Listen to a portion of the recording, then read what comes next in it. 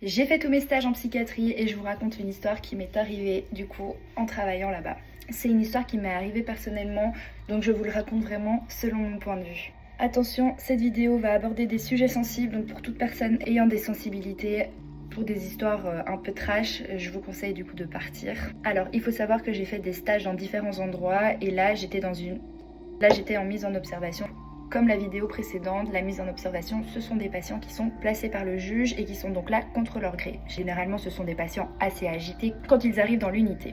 J'ai fait mes études en assistant psychologie, donc je suivais bien évidemment le psychologue, mais à savoir que je faisais un stage de plus ou moins 3-4 mois, et donc j'avais le droit de faire une journée où je suivais un autre professionnel de l'unité, à savoir un psychiatre, un éducateur, une infirmière, un médecin, patati patata. Donc hyper intéressant, j'ai pu suivre en fait chaque personne pour voir un petit peu comment ça se passait.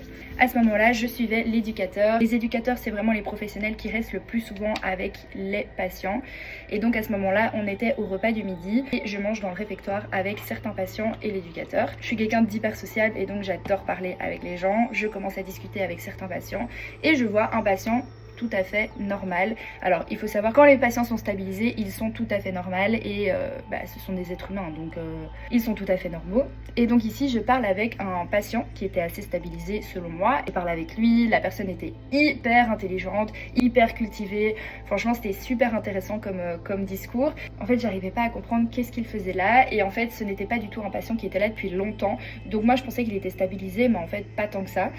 Je pose la question à l'éducateur quelques minutes plus tard, quand j'étais seule avec lui, pour lui demander pourquoi ce patient est là. L'éducateur m'explique que ce patient a une obsession pour les chiens et que malheureusement il est arrivé en psychiatrie parce qu'en fait il s'était promené dans un bois et il a vu une petite dame se promener avec son petit chien.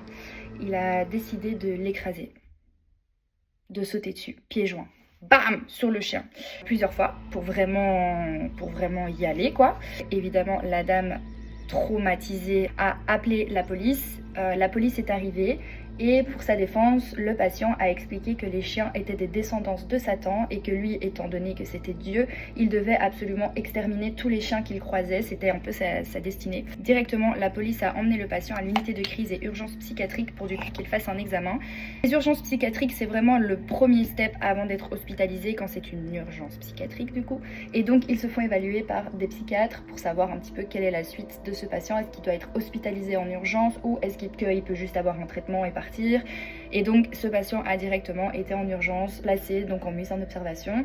Il est arrivé dans cet hôpital et ça faisait 2 semaines qu'il était là, donc il n'était pas encore stabilisé à 100%, mais il avait un discours hyper normal et en fait c'est juste qu'il ne fallait absolument pas aborder le sujet des chiens avec cette personne.